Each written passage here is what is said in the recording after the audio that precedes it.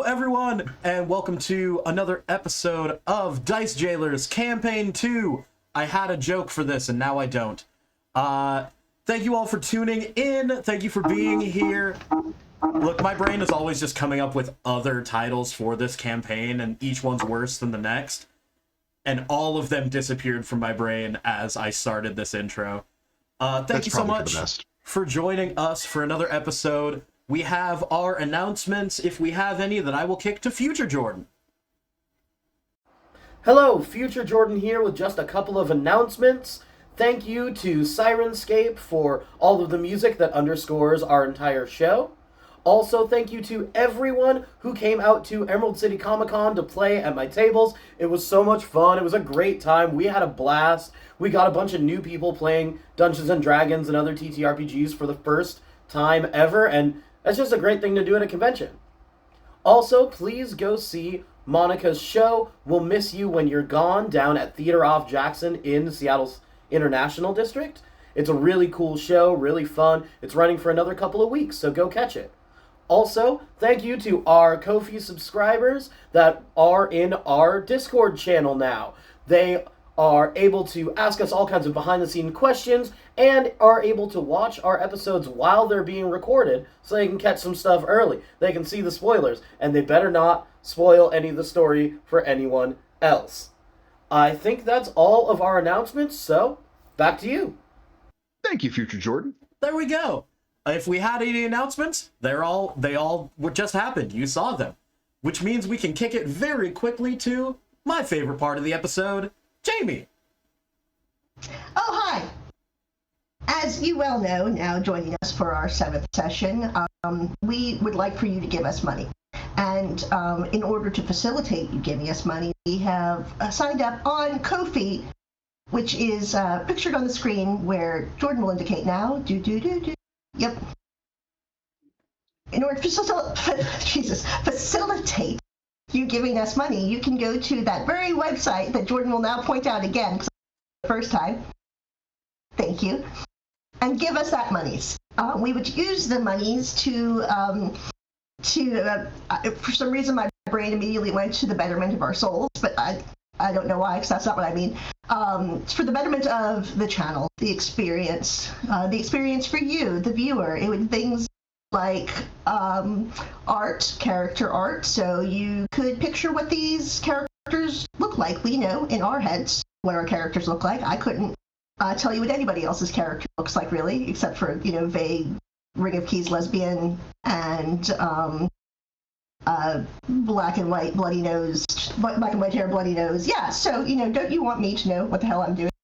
I'm sure this would help. So, go to Ko-fi.com/dicejailers, contribute to the monetary cause. Thank you very much for your attention, and money, please. I love it every time. Thank you, Jaime. Thank you so much. And thank all of you so much if you decide to give us money. Bjorn, why don't you kick us off?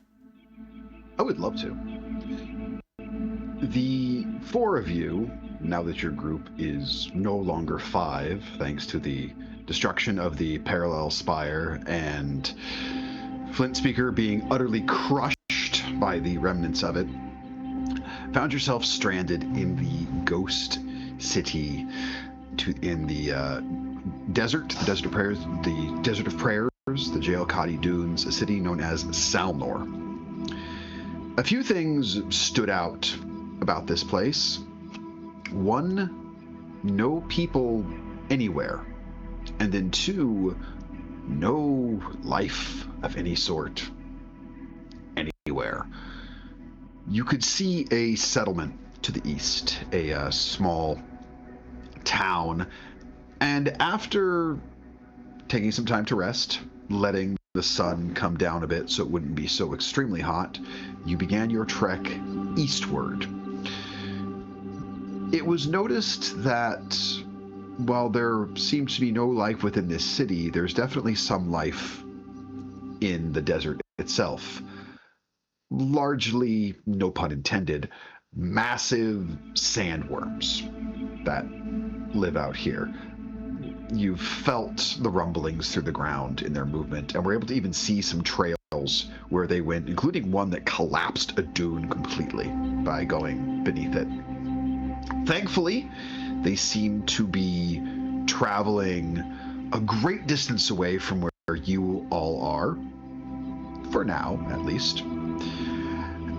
And while trekking to this settlement to the east, you also stumbled across the remains of an encampment from some individuals of a new young nation known as the Unbroken Nation, under the rule of the Leonin sovereign Breor Sunwatcher, a nation that only Xavier had really heard of. Travel was safe, if not tense, due to these massive worms. Oh, also at this camp, Etty found a rather beautiful and fantastic knife, a wrought iron handle with an obsidian blade, formerly belonging to someone from the Unbroken Nation, now belonging to Etty. Upon reaching this settlement, known as Isan Kaelora, you were excitedly greeted at the entryway by an individual who seemed to not only be approving of you arriving there, but also seemed to know why you were there, and made it clear that he knew why, even if you didn't. You were brought to an area known as the Pilgrim's Respite, where you will be able to find some provisions as well as a place to lie down. And you've been informed that in the morning you will be brought to have an audience with High Dawn Lord Driastonish. Jenah, through the use of a Detect Thoughts spell, was able to read the surface thoughts of this individual that brought you to the Pilgrim's Respite, and apparently on the front of his mind was some sort of missing reliquary. Believed that you four would be crucial in it being found.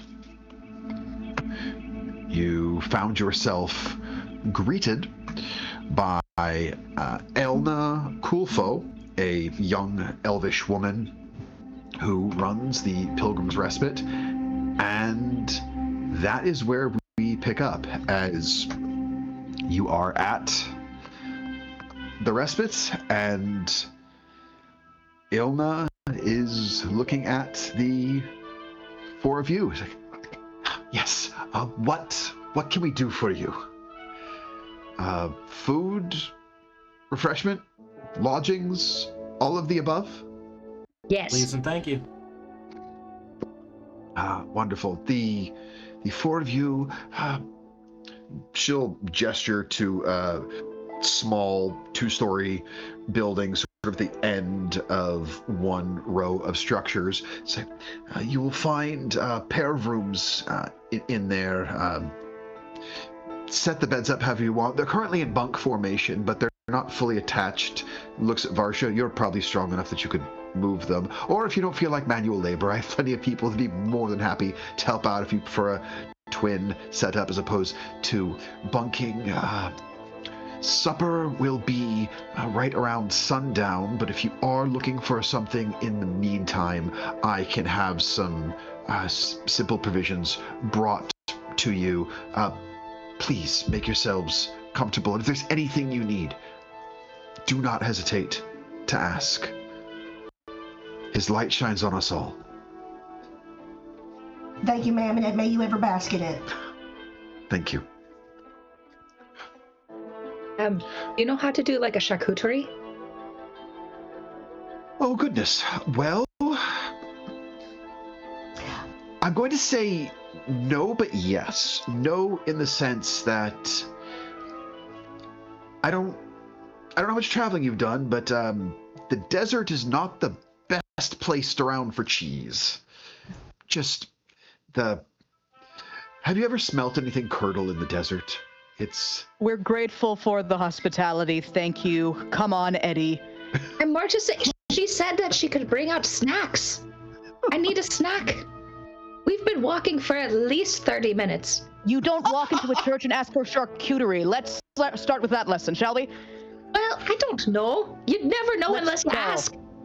You do know, in fact. Yes. Let's have a quick talk, just all of us over here in the rooms. Thank you so much. There's some nuts. I'm getting pulled in my head.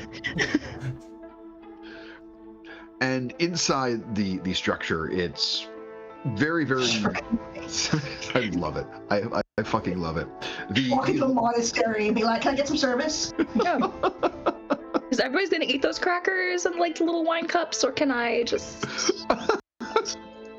doing shots with the sacrament? Yeah. It's what Jesus would have wanted, and you can quote me. Getting hit by lightning forthwith. Write down shots of the sacrament as the episode title right now. Oh, it makes me feel better about my own experiences in churches, so that's good. That's good. This heals me, the person. You're welcome. Thank you. Thank you. As someone who has used the flip down knee rests where you're supposed to pray as a footrest, because I don't know what the hell they are, but I put my feet on them because it's a good place to put them up. There you go. So, yeah, I was like, what are you doing? And I said, I'm comfy. All that said, as I digress in my own embarrassment, the lower level of this simple structure is a common living area, and then there's a ladder that goes up to the upper level that has a simple wall with a little go-between in it, and then up there are the two bedrooms, each with two beds in them, and then on the lower level, off of the communal area, is the washroom. So you do have a washroom for the four of you to share. It's not all just communal things, because even though we're in the desert, I'm going to give you indoor plumbing, because I'm me, and I know how I feel about indoor plumbing. It's my favorite invention, so I will give it to my players whenever I can. The Thondar provides. Leave right?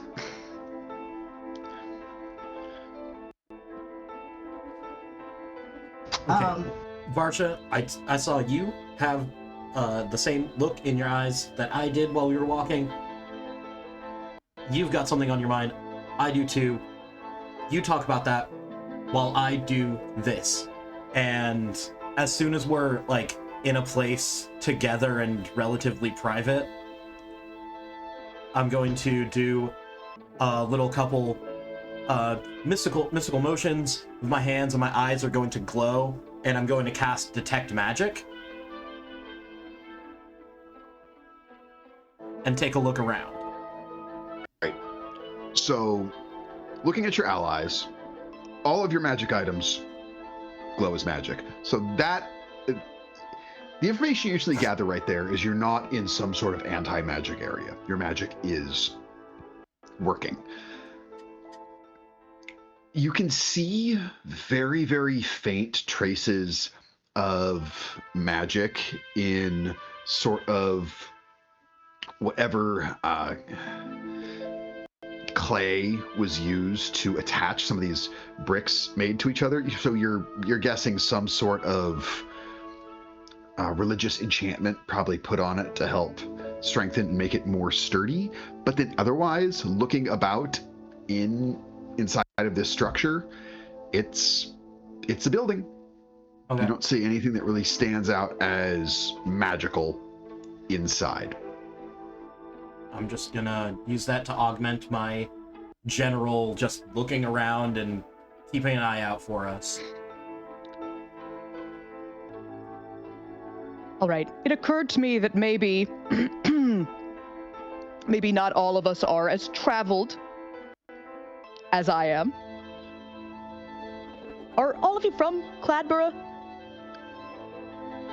Well, not you, Etty, I know. But spent some time. No, none of you are. All right. Well, then maybe I don't need to say this, but in the future, we're travelers. We're looking for hospitality. We've traveled a long way. We have far to go. That's how much you say. until you know more about where you are and who you're talking to all the time. Especially among religious settlements. Yeah, I did it stupid, and I'm sorry. That's okay. We'll take it as a learning moment because I think you like those. But just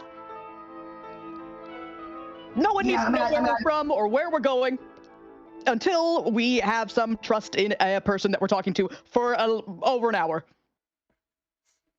Let's just take that hard and fast rule until we get back to Zuria, please. Yeah, I'm sorry. I'm out of practice lying about stuff. Oh, good. You don't have to lie. You don't have to lie. Just your business is your own. Our business is our own. We're seeking hospitality. We're looking to leave soon. That's all. Less is better. In general. So, may I tell y'all what I observed? Yes, please. Are we about to be ritually sacrificed, by the way? Did you have any thoughts on that? I don't think so. No, Brother Ulrich was awfully excited about us being here, and so I did a little kind of skim into his mind, and I heard something about a reliquary that they would like us to find. What's that? Oh, thank God. Oh, excited to see adventurers. A reliquary is usually a small container in which a relic of a god or a saint is contained. So it's going to be some sort of small container. Right. A vessel of some sort. Yeah, because I thought he seemed pretty excited that we were here, but he also seemed to know that we didn't know why we were here, and I didn't know if I had missed out on something. No, he seems to think that we're an answer to some sort of prayer, because aside from hearing about the reliquary, I also heard him think that we're saved. See, and that is even weirder than to me. Because why are we so special when not even a full day's travel away, there was a camp basically coming, like, if they left, going kind of away from where we came through, then they probably came from here to get to that camp. And that was maybe a week ago. So if there no, were I don't think so. They camped so they could see here. That makes more sense. And then they headed away. They might not even know that. Yes, they might not even know that they were being watched, which is something that might need to be brought up. Yeah, because that was immediately what popped into my head is if they're so like excited that we're here and it's not to sacrifice us, but there were other people nearby within the last week. Maybe they stole the reliquary. Or maybe it's a recent problem. Maybe we are an answer to a prayer. I like that your mind went straight to them stealing it, though, because, I mean, that makes sense for you. But... hear me out. For me... Here's your watch back. What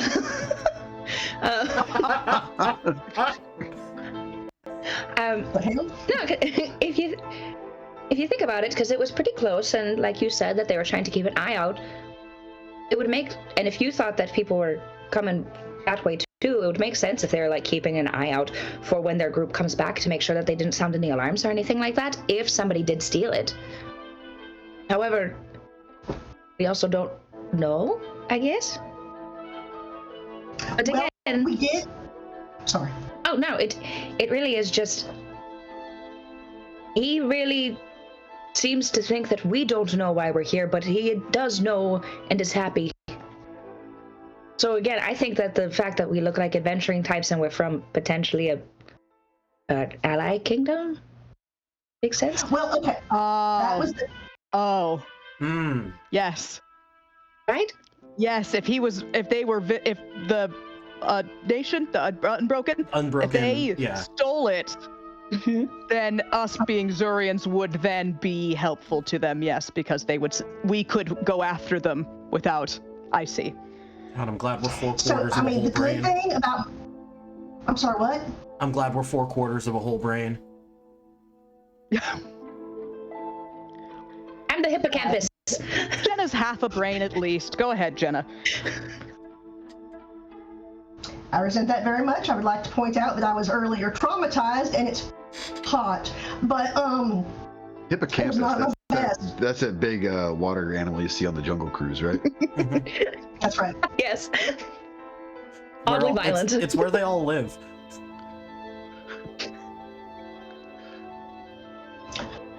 I completely lost my train of thought. So sorry, Jamie. And hippopotami. I'm sorry, I was trying to get you there. No, I appreciate it. No, it's because my brain immediately tried to do the yes end of like, oh no, that's hippopotamus. A hippocampus is the queen in Midsummer Night's Dream. Sorry, no, that's Hippolyta. I don't have a hippo one, though. There's not a lot of them. Damn it. That's good. That was a good one, though. Like that. That was a good one. Points for Hippolyta. Yeah. Thank you very much. All right. So, okay, here's the good thing. I foolishly let out too much information, but we did find out that we have not been declared enemies of the dynasty, so that's good. Well, we don't know how connected they are out here. Yeah. And also, since they call Zurians allies, then even if we were declared enemies of the dynasty, I mean, But don't statue people have a way of talking to each other?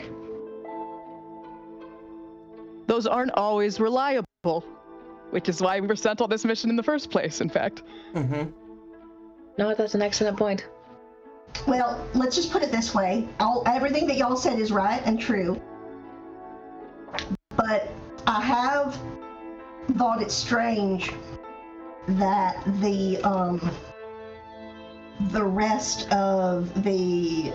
Sorry, I'm trying to find the name of the guys who came after us, because as I filibuster. The Inquisition. Thanks.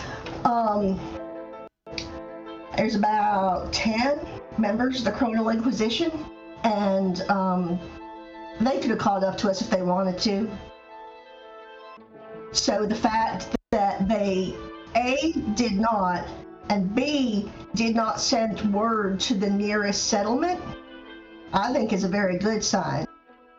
Because I don't think that was a sort of officially sanctioned mission, if that makes sense.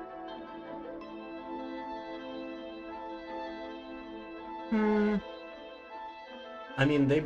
Let's just say if they wanted to catch up to us, or put eyes out for us, they could have done that. I mean, They might be on... here. Yeah. We don't know. And also they chased your... I don't know really how to say his position, but they chased him off. So perhaps whole lot of magic, the 10 of them that chased him are non-existent. Well, let's just be positive and hope that is the case. That's what I can do. But Hippocampus, baby. I don't know what the hippocampus does. As Etty says the word. I don't know what that is. that's clear. That was clear that you didn't know what that. Yeah. There is a knock at the door to the structure you are in, and you can hear a woman's voice that you recognize from the other side of, yes, I was able to get a few provisions to bring for you all. Is it okay if I come in? Please. I'll go open the door just in case she has her arms full or something. They're not quite full, but you can tell she appreciates you opening the door. And she's got under one arm sort of this large oval-shaped bowl that has slices of various types of bread in there. And she's like, so I was able to get a few different types of breads for you. There are some crisped up, more like crackers in here. This container has fresh hummus in it. Here are just a few vegetables. They're not terribly crisp, but they're still good. And then a few assortment of cured meats as well. There are 4 of you, so I thought this would be a good size snack for a bit. Hold you over until time for supper. Supper this evening is... I've been told it's a roast of some sort. I never ask what. Some people are squeamish about certain beasts of burden being used for consumption. There was a big to-do the first time that horse was served, and so ever since, I just don't ask. I really believe we're in a religious city now because you're an angel. Thank you. You're so kind. Is it Sister Ilna? Is that your correct title, ma'am? That works quite well, yes, thank you. Thank you very much. This is very generous of you, and we appreciate it. We do what we can to provide for everyone who comes through. The sands provide more than one would think. It's a lot of work to keep our gardens going here, but there are a few things that can grow in even the most harsh of climate. Oh, and she'll reach into her robes, and she pulls out a corked bottle. If spirits are more your fancy as opposed to just water, she sets it down on a small table inside, and she goes, "A little bit goes a long way." I love you. So kind. Really, though, a little bit goes a long way. Also, I was told it's rude to ask for charcuterie, so I am sorry.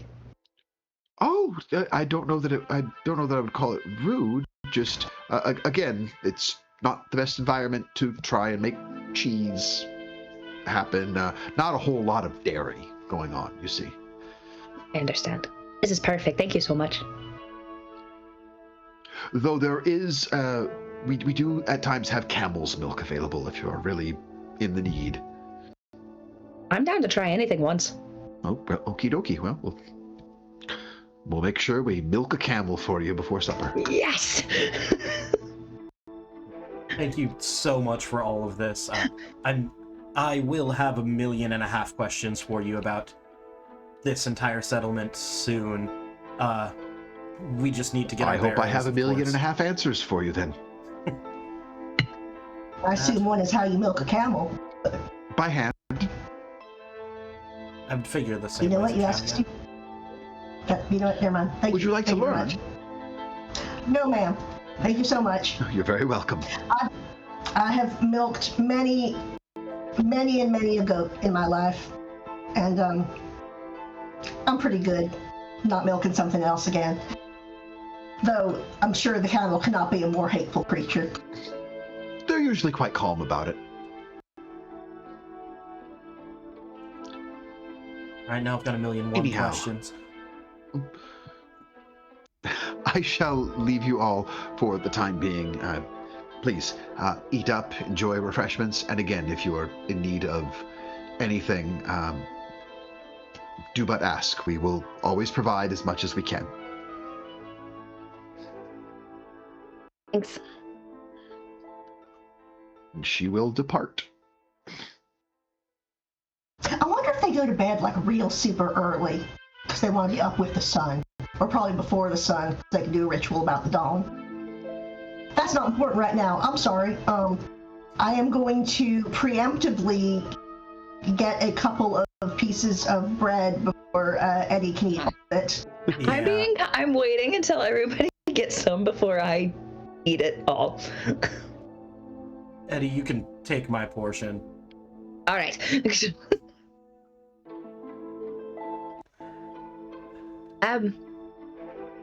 Question. Mm-hmm. Yes. If they do ask us to help with this sort of reliquary thing, are we doing it?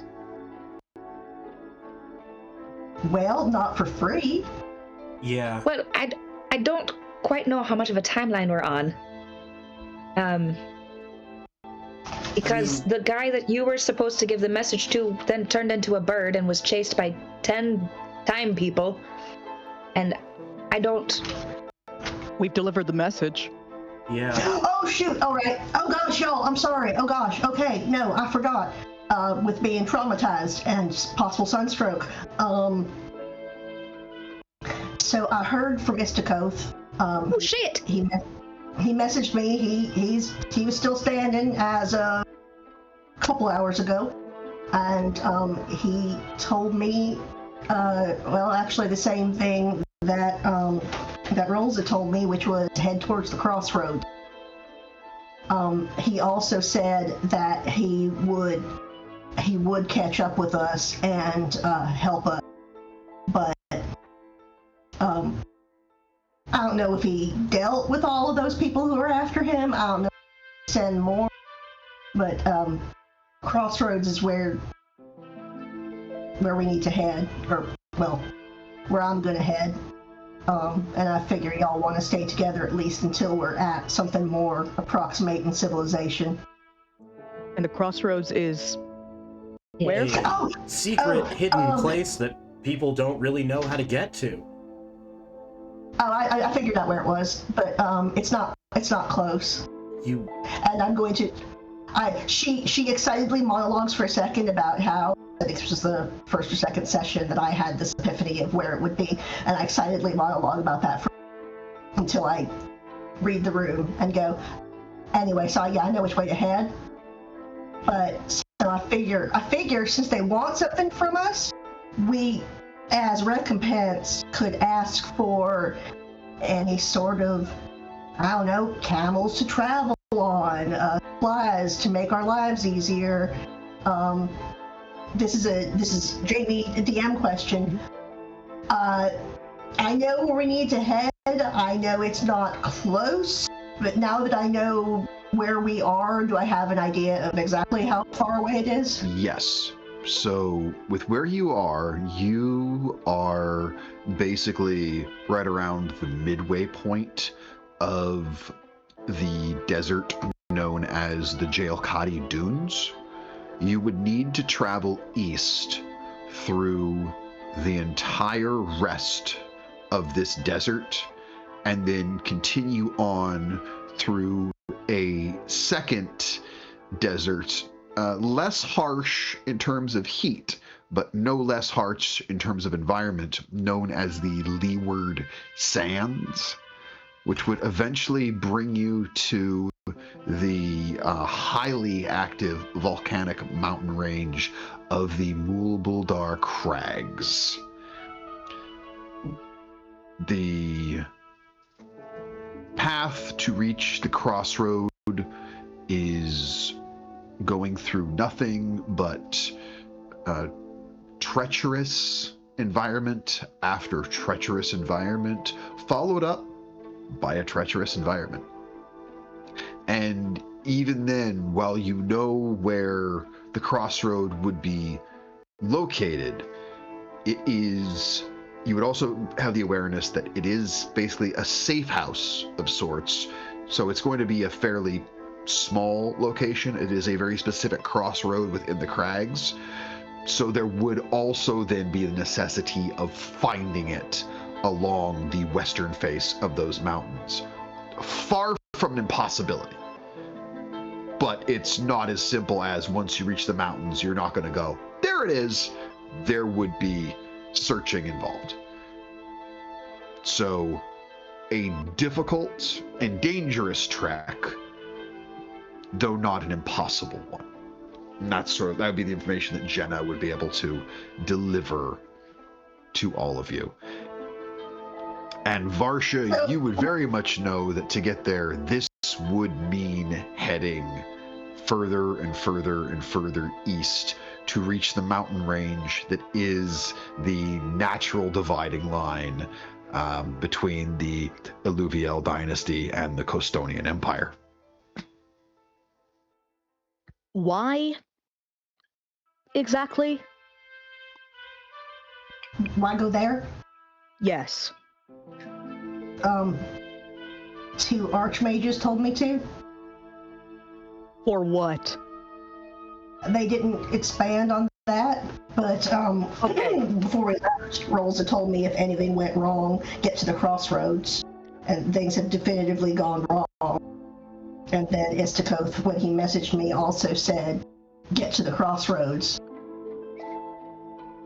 So I'm just continuing to follow orders. I suppose I don't understand why we would want to trek through 2 deadly biomes to a place where we don't know where it is, near volcanoes, in the Custodian dynasty, because your mages told you to do the trek? Walk? Good luck? For what? Can we DM, tell me if you think it would be reasonable that Jenah, being Jenah, would have a map. I think it's very reasonable Jenah would have a map. So we'll say that she pulled it out and kind of showed, like we'd have to do this and this. And No, I know. I've done the trek. I know exactly what you would be doing. I know what they're asking of you. Do you know what they're asking of you? No? Yes? I don't understand the question. Volcanoes aren't safe. No, neither's the desert, and neither is having a whole phalanx of evil wizards after you. Cladborough is safe. They're not after us. They were after the message. The message is done. It's not with us anymore. We don't even know what the message was. Really. They want your wizard. They don't want us. Do they want you? Which way do you propose going? Northwest. Home to Cladborough, to Zuria. It's a shorter trek than what you're asking. It's a safer trek than what you're asking, and we know what's there and where it is.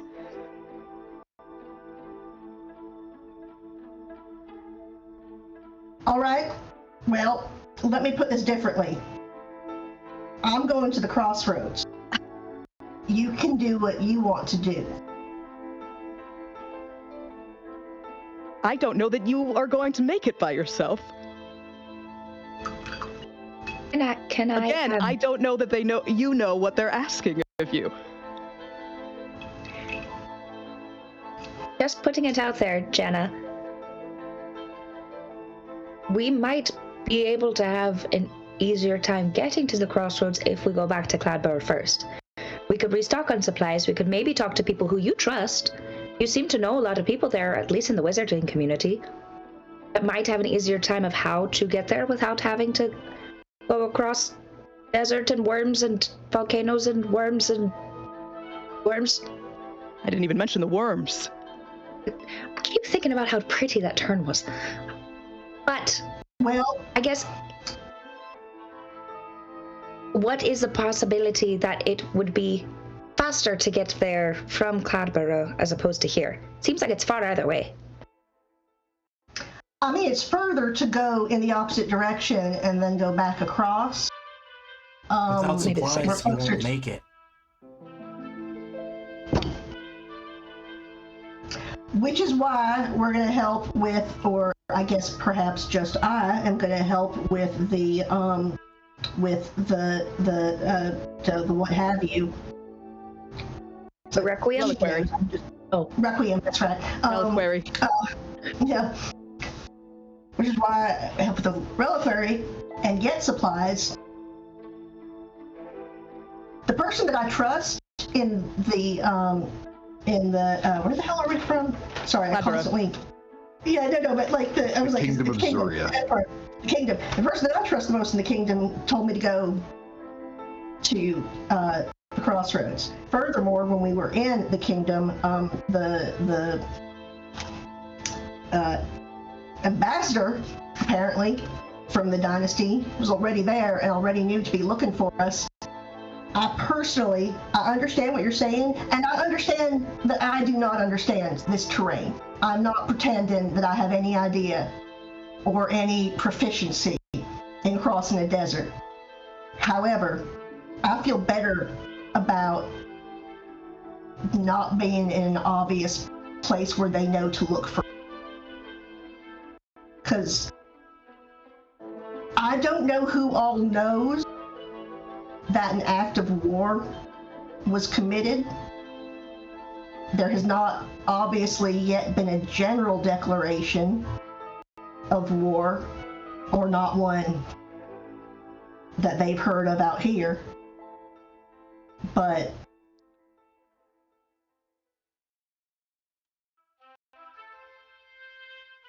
I feel like this is the best thing to do. I understand your disagreement, and I can't tell you that your thinking is wrong. I can only tell you what my thinking is. So, two things.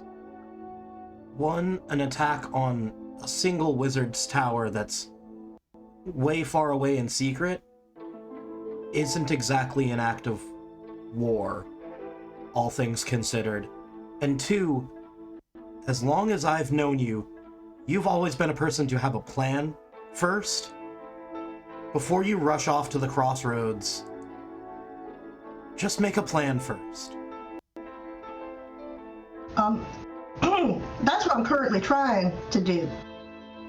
It sounded like you weren't. I'm gonna get some information for us. I will help find this reliquary that they're requesting at the very least, because the gods' will is unknowable. It is possible that we have answered a prayer. That's what being a religious person is occasionally. But I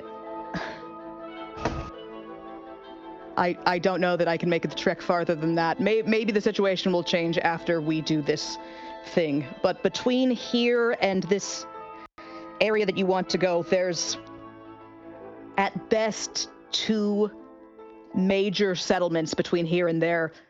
We can't carry enough supplies to get us to those places on our own. We would need a cart, and traveling with a cart through the desert or something of the sort, or pack camels, etc., it's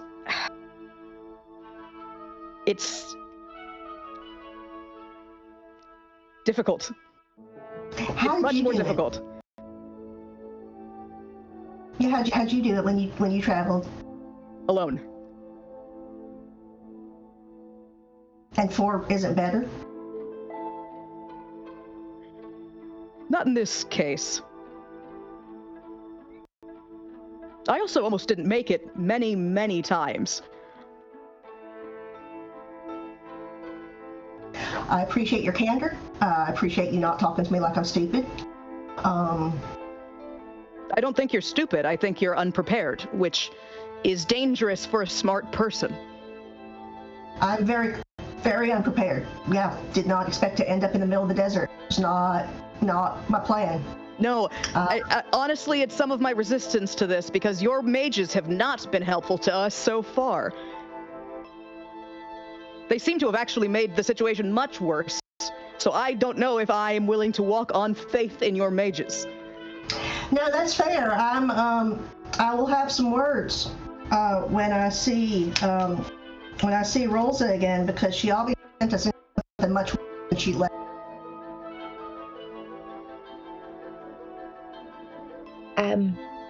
I'd also just like to point out, we actually don't know what they're going to ask us to do tomorrow. Yeah. Yep. We're running I will help them. Oh, I'm gonna help. I don't give a shit about that. But I think we're running out of a lot of high energy. We were walking around a lot today. We did just lose a friend not more than 24 hours ago. Yeah, I was just gonna say, should we see what's in that bottle? Oh yeah. I'm hopeful for something cactus derived. And I actually scooched the last piece of bread over towards you that I didn't eat. Somehow. Yeah. I think Jenah stress ate her crackers pretty quickly and then went, oh. Hummus was good, unexpectedly. Oh god, it was so good. Pretty nice, right? Or is it maybe just because I'm hungry? All right, so I want to pop this bottle. What is in there? And she, Jenah, who doesn't pray, just sends out an eternal, or it sends out like a sort of silent mental, please don't be mean. Your desire for something cactus-based is fulfilled, as you are in the desert. And if there's going to be a spirit you'll be able to make out here more easily than others, it's going to be tequila. Yeah. I'm gonna pour out a little bit for everybody, and just hold out my glass, and say, he was strong. He was strong. Those hits were so powerful. How are you, Miss Etty? I'm sorry, I was upset myself, and you were more friends with him. I haven't been around death, but it doesn't really help when you're trapped in a desert to linger on it. I'm sure I'll be sad later, but right now that's not doing anybody any favors. Yeah, sufficient unto the day, the evil therein. Well, whatever way you do end up dealing with the grief, it doesn't get easier.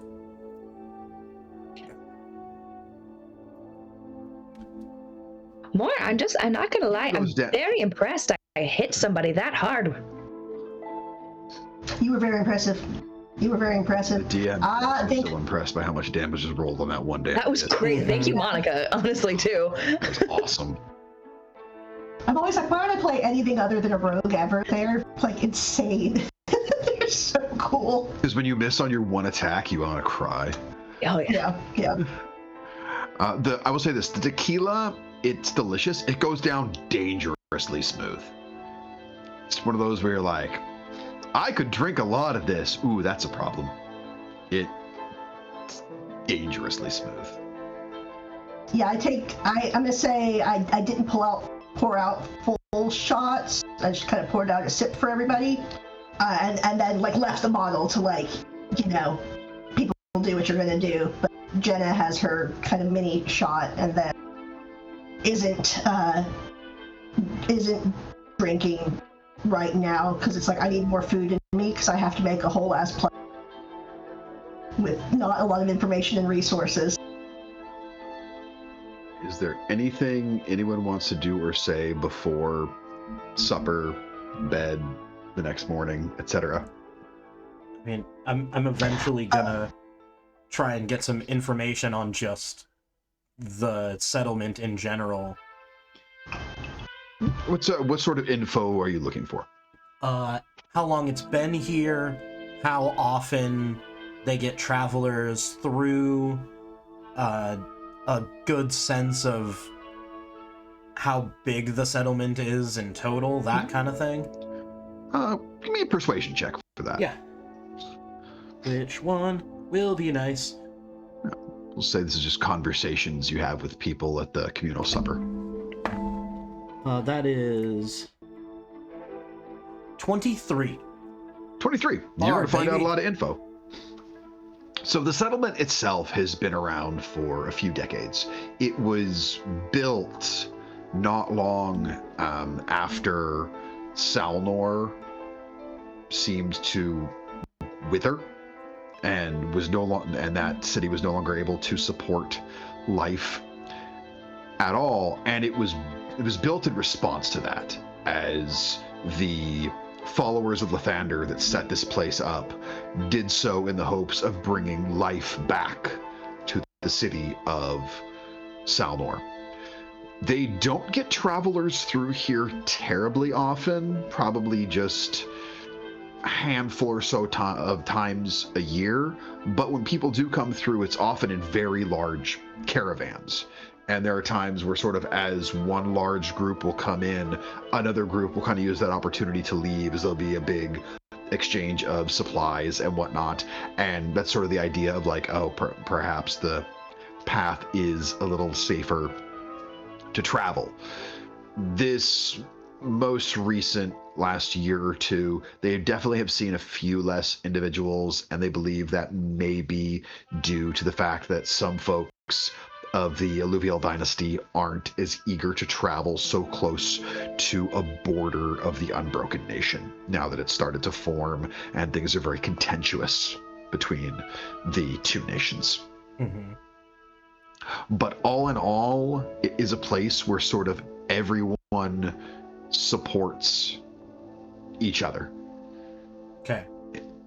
Because out here in this harsh environment, if you're not doing something to chip in, you're gonna have a hard time surviving. And that can be anything from just, there are storytellers, there are musicians, there are people who do farming, there are people who are, weaving or mending clothing, education, religious studies, etc. Everybody does a little bit of something because many hands make light work. Mm-hmm. Do I hear any mention of travelers from the Unbroken, or? No. Okay. No. That is the information I wanted, specifically. You don't hear anything about folks of the Unbroken Nation that have come through here. You hear sort of vague suggestions that they think they may have seen some folks in the sands a time or two that they wonder might they have been from the nation. But even then, some of those folks are like, or you had too much tequila and you think you were seeing things out there. Okay. Through the night, I will kind of surreptitiously get this information to everybody else without making it look like there's another big group, like, okay, huddle, this is what I figured out, kind of thing. Go. Trying to be incognito. Say, Varsha, Etty, and Jenah. Anything else for any of the three of you through the evening? Well, I'll definitely at dinner be wanting to, just talk to everyone, especially if there's any scholars around. You'll find a fair amount of religious scholars that are very happy to go into great detail of all the teachings of Lathander and all the various ways that his light so importantly shines on everything. Okay, and I'm trying to avoid being preached at and find someone who's maybe there to do more research, if anybody. Give me an investigation check.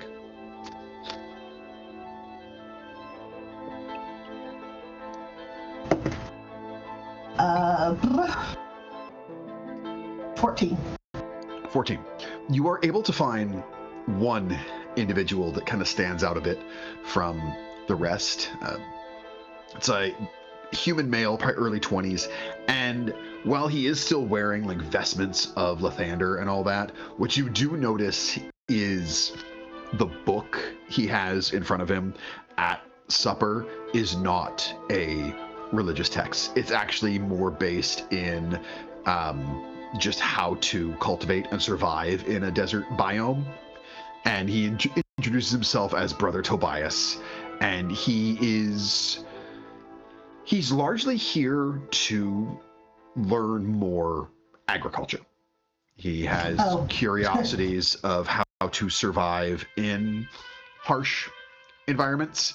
He was previously a scholar. He taught history up in the city to the northeast, Yan Asari, the city of reflections, is where he originally was, and he took the pilgrimage down here as part of a sabbatical, as he wanted to go just learn more of agriculture. Well, then, if anybody, I'm assuming nobody's trying to listen to this conversation. They could not care less about what he has to say about irrigation in a desert environment, because they've all heard it before. And yeah, so if y'all are listening, you would find out Xavier would already know this. Jenah grew up on a farm, and so she is actually pretty damn knowledgeable about farming and agriculture. Certainly not in a desert, but she in a grew very up harsh in environment. And I would say in a very different sort of harsh, things don't grow here type place. And so she has some knowledge and, information about this. So at least she could follow what he was saying. If she couldn't give him any new insight, like the stuff that he was talking about, she'd be like, oh yeah, no, the find water on a large scale is, And there will definitely be some information exchanged there as he's able to, learn a few things from you, and vice versa, a few things that you realize you might send back home in a letter at some point. Yeah. You look over and she's like sketching a design for a sill. Now, what we did to get the water up from here. So we were growing in rocks. It wasn't sand, but it was freaking rock. Things did not want to grow there. So anything for the rest of you as this evening winds down? Lovely. So No, I do. Sorry. Oh, you do. Yes. Yeah. I do. Sorry. I was looking at the map. Speaking of Jenah, while you're doing all of this, can I have your map? Sure. Great. So I start making notes. I did this trek farther north than where we are now, obviously, so I haven't gone through all of this, but I start making notes about the sort of things that you might encounter in the desert and what to do when you're in the Custodian Empire and that sort of thing. I'm making a bunch of, like, as much knowledge as I can give in this, because Varsha truly does not believe that she's going on this trek, but she feels bad. So she's giving as much knowledge as she can, just for Jenah to go through later. And after that, she is going to get spectacularly drunk, which is something that she hasn't done on the road traveling with you guys yet.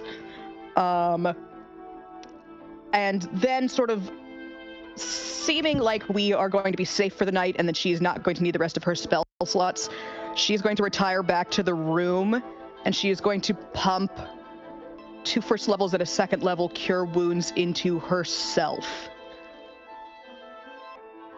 which doesn't do anything, and she knew that it wouldn't, but she tends to do this anyway. I want you to roll percentile for me. Higher is better.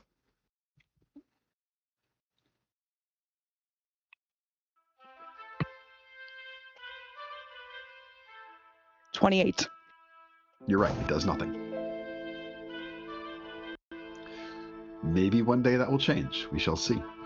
Varsha does get spectacularly drunk because, like I said, this tequila is very smooth, and there is copious amounts of it. As one thing you all are able to learn is the cactus that is used for creating it.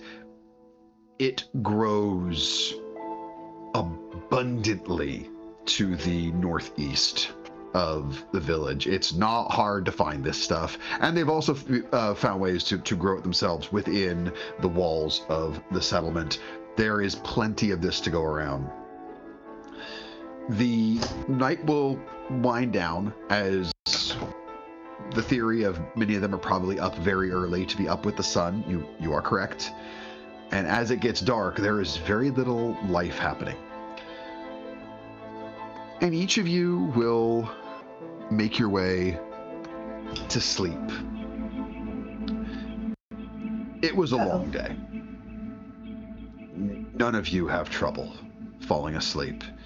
You're exhausted for numerous reasons, both physical and emotional. And one of you, as you sleep,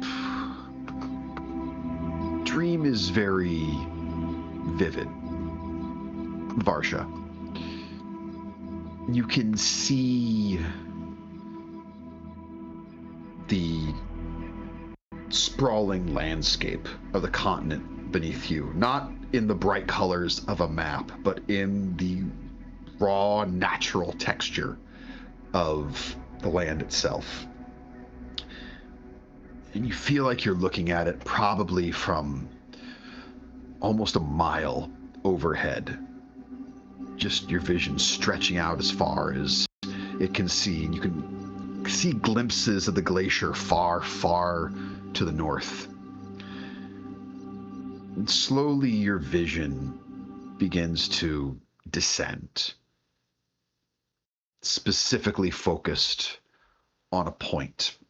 And you can see as you approach the bisected mountain range that is the Mulbuldar Crags, this valley that you traveled through east to west as you left the Costonian Empire. Very specifically, your vision comes on to this one individual crag, this spire that stands just to the north of the gorge, Hakagrom Gorge, that goes between the two halves of the Mulbuldar Crags. And at the northwest corner of the end of this gorge is what's known as Mourner's Spire. And you, being a follower of Coralon, know that this is possibly the single most important religious site in the entire world for your religion. It's so said that when these crags first erupted and the ground completely shifted, the face of the continent being forever altered, and the explosions themselves causing a change in the plant life there, as well as killing much animal life, that the deity Coralon himself descended from the heavens and stood at this spire and wept, and that those tears that fell became the first non-elvish humanoids that walked these lands, as the elves have their history going all the way back to the Fey realm. And your focus is drawn directly to this point, and you can feel some sort of connection to it.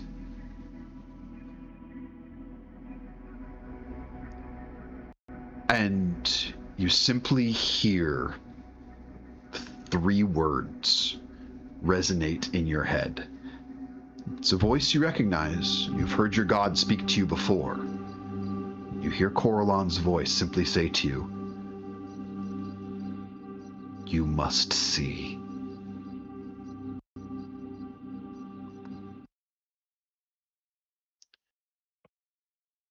And slowly, you will... Yes? I'm sorry, I did have something I wanted to do before going to bed. We'll say Varsha went to bed extra early. Varsha passed out drunk. That's fair. Varsha went to bed early because Varsha didn't intend to. While Varsha's asleep, yes, Jenah. Before Jenna goes to sleep, I'm going to assume, I don't know if Varsha managed to pass out in the bed or if she's just, by the table or what, but I assume same room divisions as God. Was that only last night? Mm-hmm. Oh. So then Etty would be the only person who would have clarity, because Jenna is completely thrilled about the notations that were made on the map. This is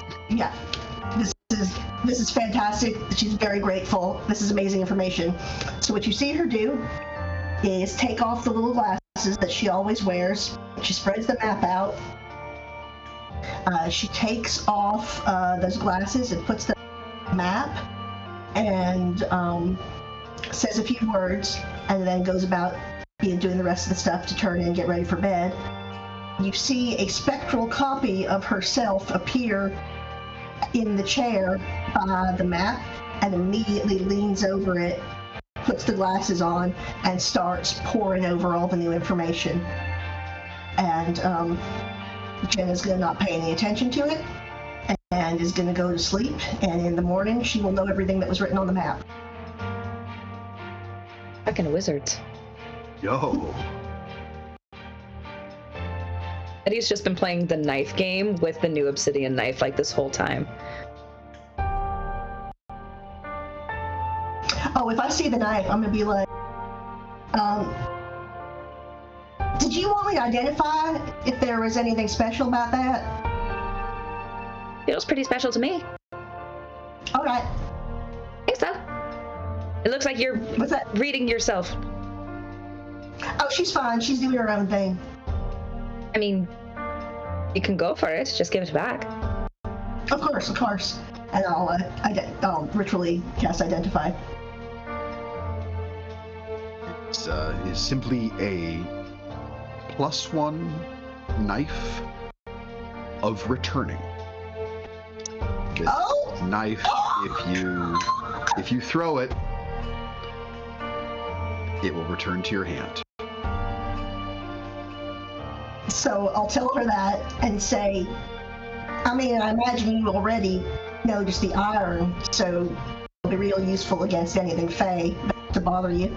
I figured. Also, usually stuff like this is pretty good against ghosts, or so my dad told me. Yeah, it because of the wrought iron handle, if anything is tagged as Fey, you will have advantage on attack rolls against anything Fey. Sick. As well as you will always have advantage with it if you were to ever use it in the Fey realm. Hot. Well, I know that we have all these other things that we need to do, but now we have to go to the Fey realm. Oh, I'd rather not. I mean, I feel like things are bad enough. Yeah, but wouldn't you have them be, like, bad but fun? If things are going to be bad, you might as well have fun with it. Yeah, it's just that the Fae, like, I can't follow their logic because they just have their own agenda, you know?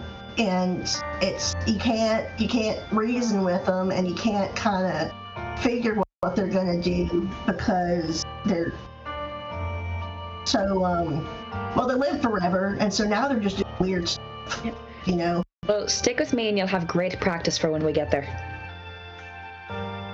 Of doing just weird stuff. Yeah. No logic, just going for it. That must be nice. It's not I can't do sometimes. anything without. No, I can't do anything without, you know, thinking about all the possible permutations. And then sometimes I do stuff without thinking, and now I'm gonna feel bad about that for the rest of ever. Oh, so what should we tell him? Okay, because I did the stupid, and I said that we were here on accident and where we were from, and all that was bad and wrong. And I'd asked Varsha, but gestures at the snoring passed out alum. Or gestures towards the sound of yes. So tomorrow, we gotta figure out what we're gonna tell them, because obviously the truth is not the move. I think that in this best case, listening is going to do more than talking. Because again, you listened into his head and you found out that we're looking for a repugnant.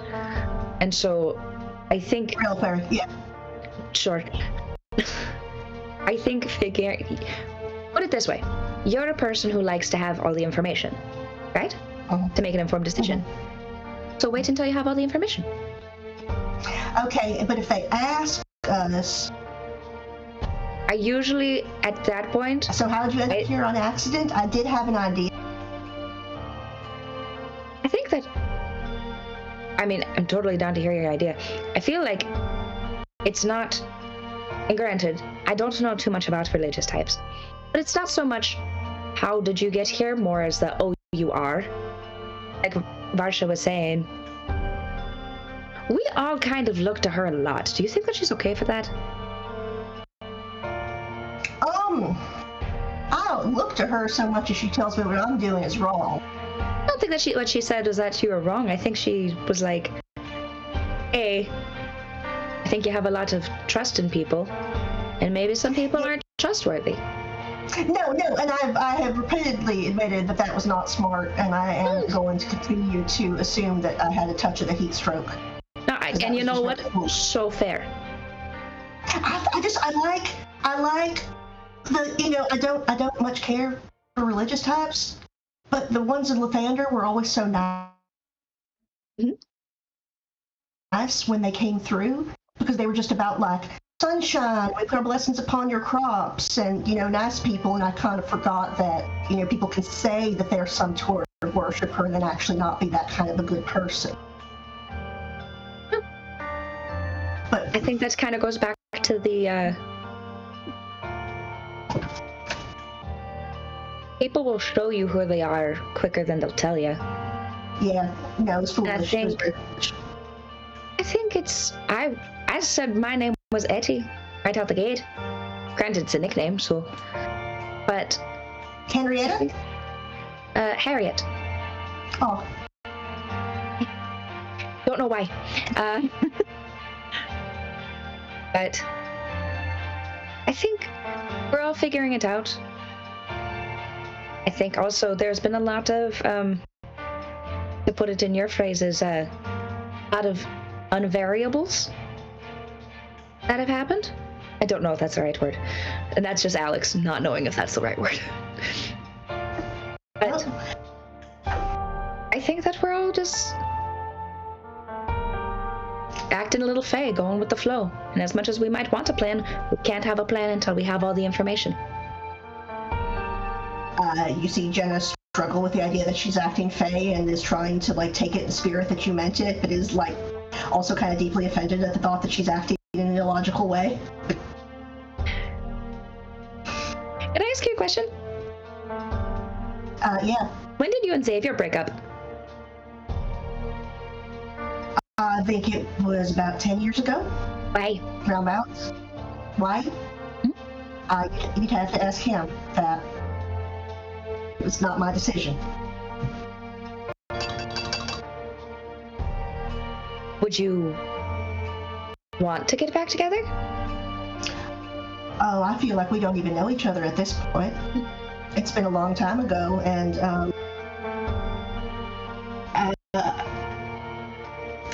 he doesn't seem to really want anything to do with me. Why do you think that?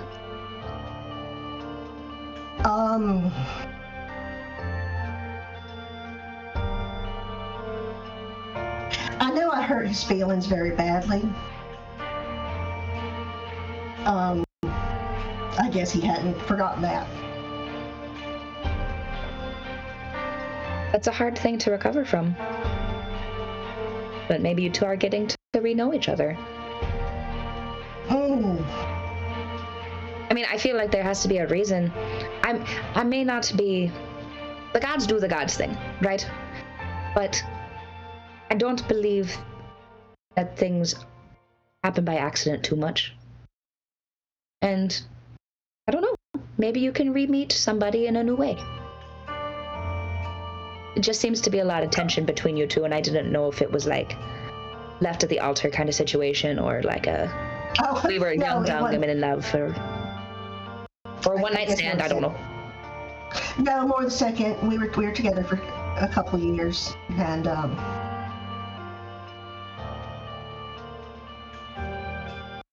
we traveled around a lot.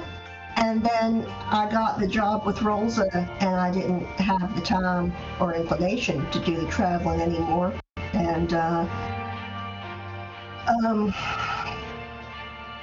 me having a job didn't mean that he had to stop and stay still and stay put there, but it was the best thing for me, I had to, I had any money to go to college with, so it took me a long time, because I'd maybe do a couple classes, and I'd have to go travel and be a scribe in order to get access to libraries, in order to make enough to go do a couple more classes, basically. And then when I got the opportunity to stay here in this university, I mean, that was the best chance I was going to get. So,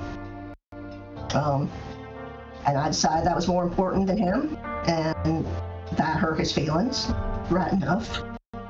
And he left. I didn't think it would be 10 years. I didn't think he'd never speak to me again. I didn't think it was that. I guess it was.